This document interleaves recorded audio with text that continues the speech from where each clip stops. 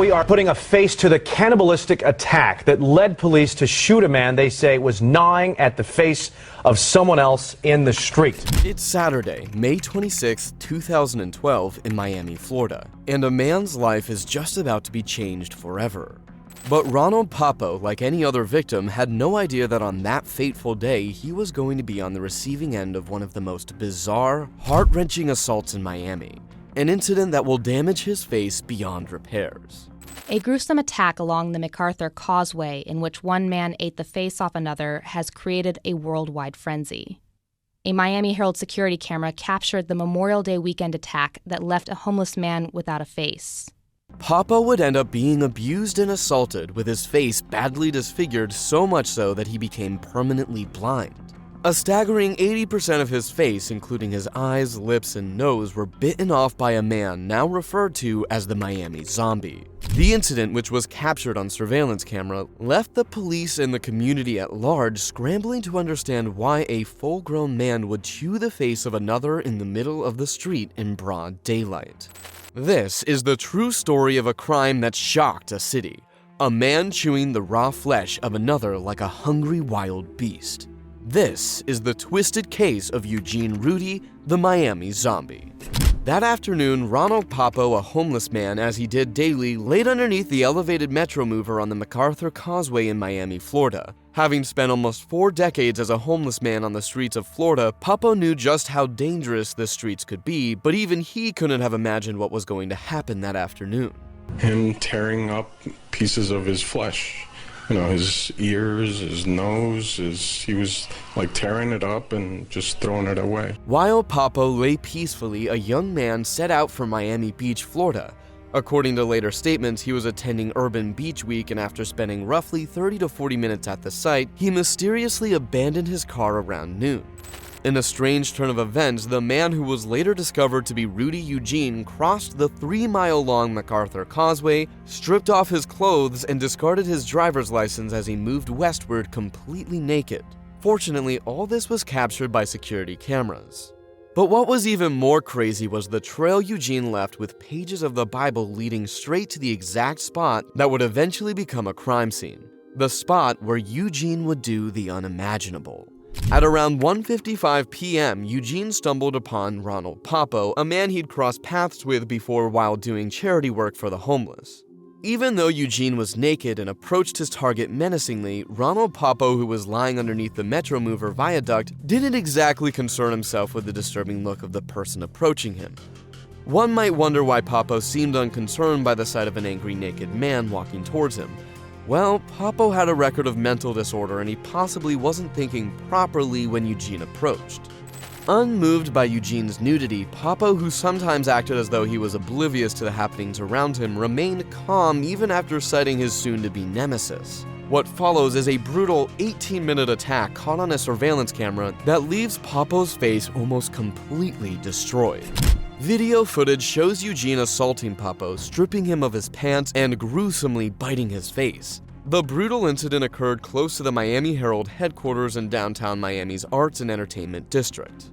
A passing cyclist, Larry Vega, stumbled upon the gruesome encounter and swiftly called 911, alerting authorities to the inhumane brutality.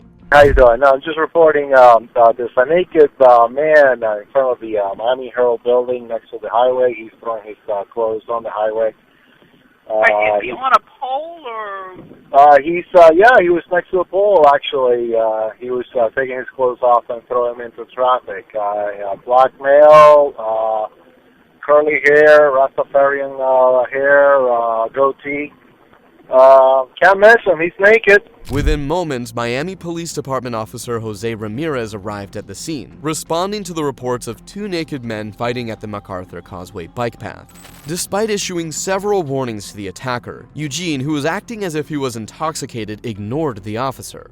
At one point, he turned to the police officer with a piece of flesh hanging on his tooth, growled back at him in an animalistic manner, and then resumed chewing on his victim's face. Struggling to contain the situation, Officer Ramirez at about 2:13 p.m. shot at the violent man multiple times, killing him on the spot. The whole incident was captured by a security camera on the Miami Herald building. Surveillance footage revealed the horrifying reality. The attack persisted for a staggering 18 minutes before help arrived. Following the intervention of Officer Ramirez, Papa was rushed to the hospital while the lifeless body of the attacker was taken away. On admission to Jackson Memorial Hospital in critical condition, Ronald Papo faced a devastating reality. 75 to 80% of his face above the beard was missing, and his left eye had been gouged out during the brutal attack. At this point, with how severely he was injured, it was uncertain if Papo would survive, but if he did, one thing was certain: he would never look the same. The extent of Papo's injuries was profound. He lost his eyebrows, nose, parts of his forehead and cheek, and his left eye. He would, however, go on to recover from the injuries, but after enduring months of facial reconstruction surgeries, Papo, despite medical efforts, remains permanently disfigured and blinded. We're here to talk today about Mr. Ronald Papo, who you've all become familiar with in the last few weeks.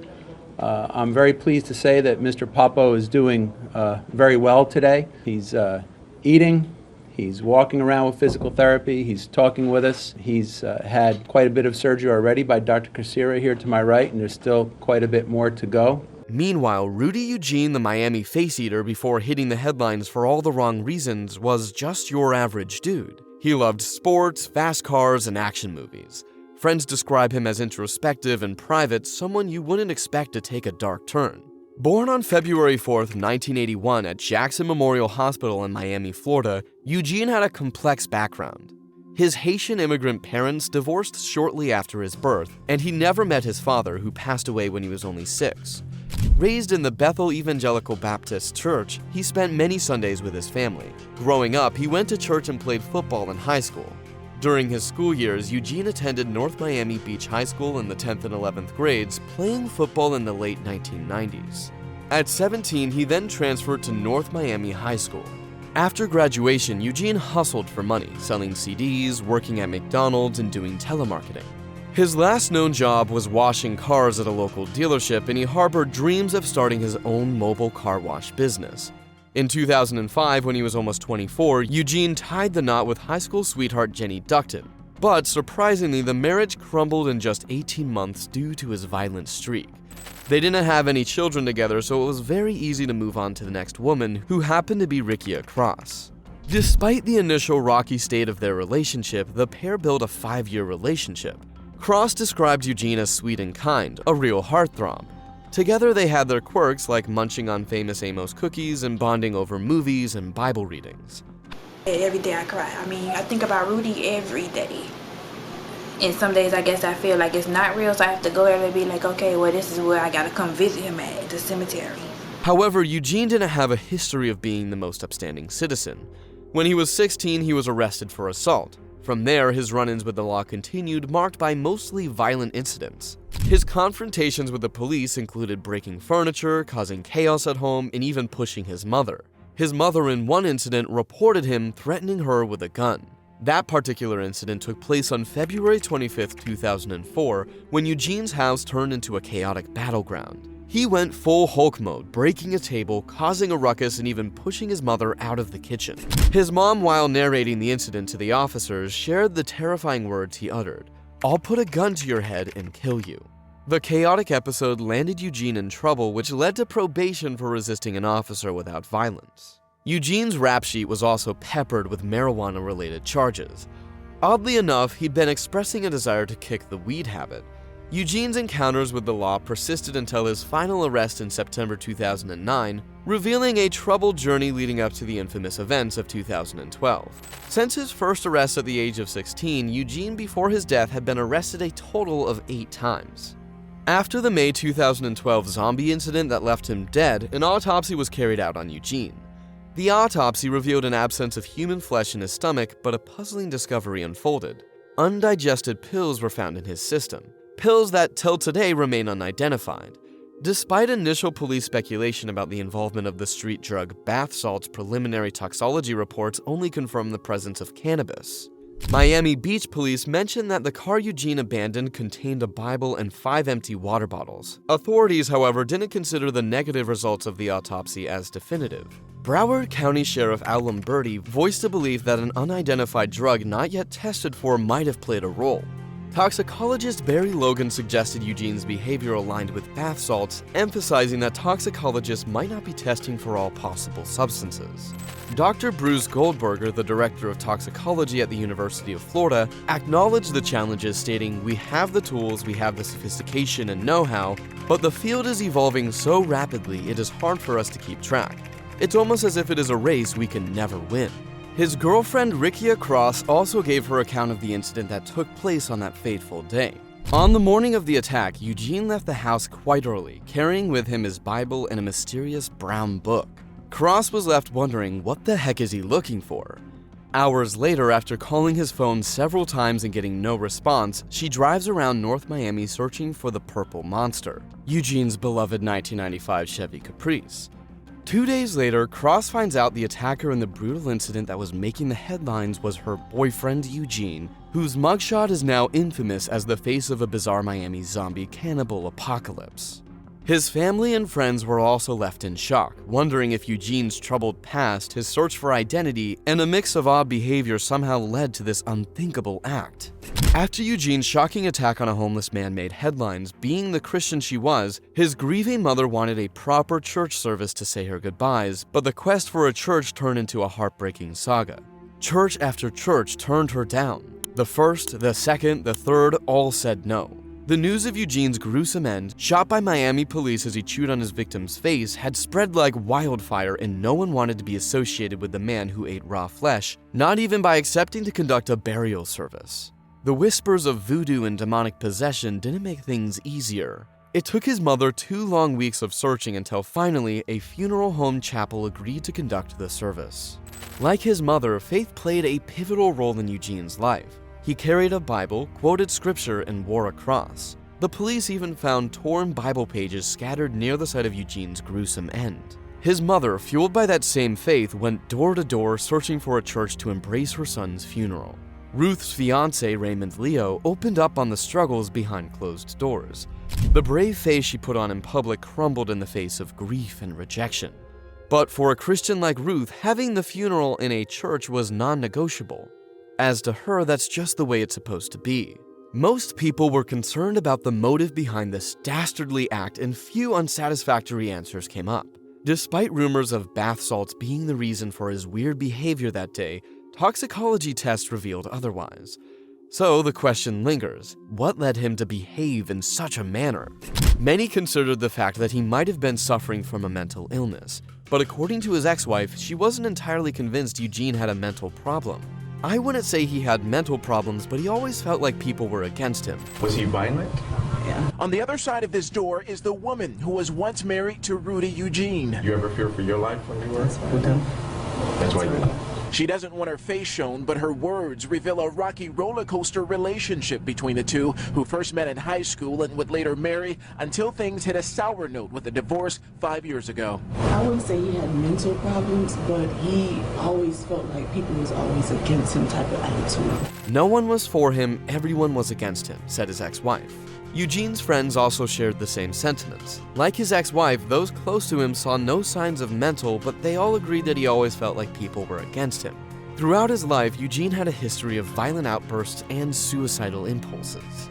Frederick Christian, Rudy's longtime friend, was baffled. Frederick said, "The only thing I know for sure is Rudy was something other than this monster people talk about." I saw the video, and that's not Rudy.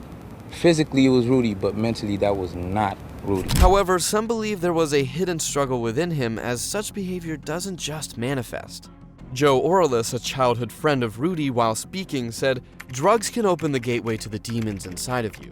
Whatever he took opened that gateway and a demon came out." Like Frederick, many blamed his actions on drug abuse. But what kind of drug could have led Eugene to bite off a man's face? The attack was initially attributed to bath salts known colloquially as flakka, a dangerous twist on MDMA, a popular party drug. Flakka and bath salts have previously been blamed for all sorts of erratic behavior.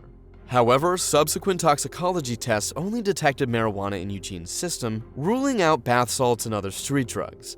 Since the only drug that was found in his system was cannabis, medical examiners concluded that he may have been experiencing marijuana-induced psychosis during the time of the attack.